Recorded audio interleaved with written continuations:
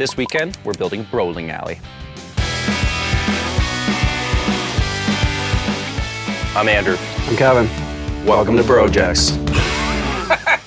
For the bowling alley, we're going to start by making a multi-section dock that can be converted into various shapes. Each section of the dock will conceal gutters with flip-up boards that will help keep the balls from falling in the water. At the end of the dock will be a table that houses our pin setter contraption and ball return mechanism. These will be controlled by ropes that extend to the lounge. At the lounge, we'll have a seating area and a solar nacho table to help heat up a tasty treat while we're bowling on the lake.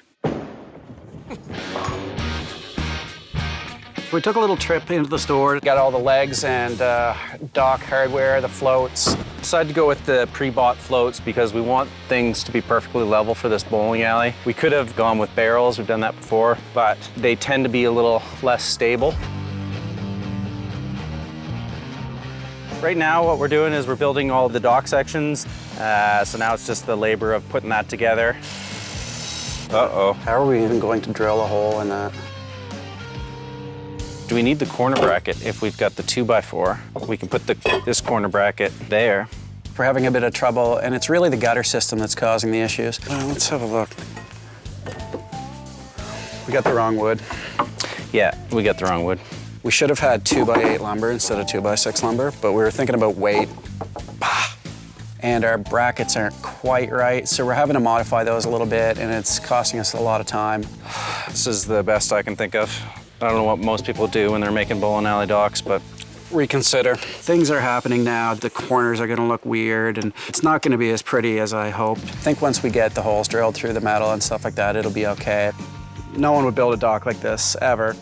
You'd never do this way if it wasn't a bowling alley. I might. You would. Looks pretty good, eh? 3 down, 1 to go, plus a lounge, pin setter, a ball return. Maybe we're building the dock after all. This morning, we're gonna jump on the ATV. We're heading into the woods. We're gonna get some pins. So we should be able to find something about this diameter and as straight as we can. This one's too wide. It was great down there. I think we'll get 1 or 2 out of that.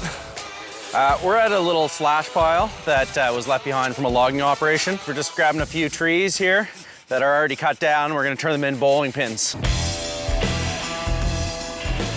First question is, do we bark them or not?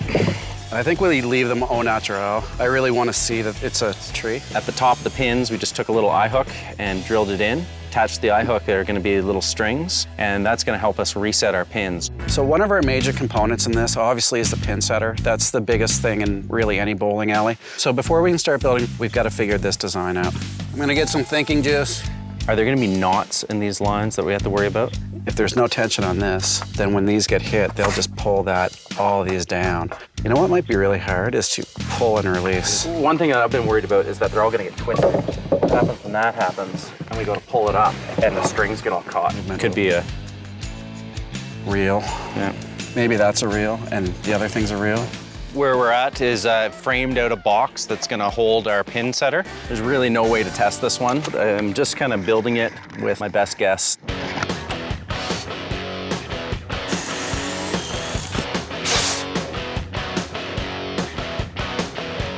Voila. When we first started, we were bowling quite gingerly, but by the end of it, we were kind of throwing them down there, right? So.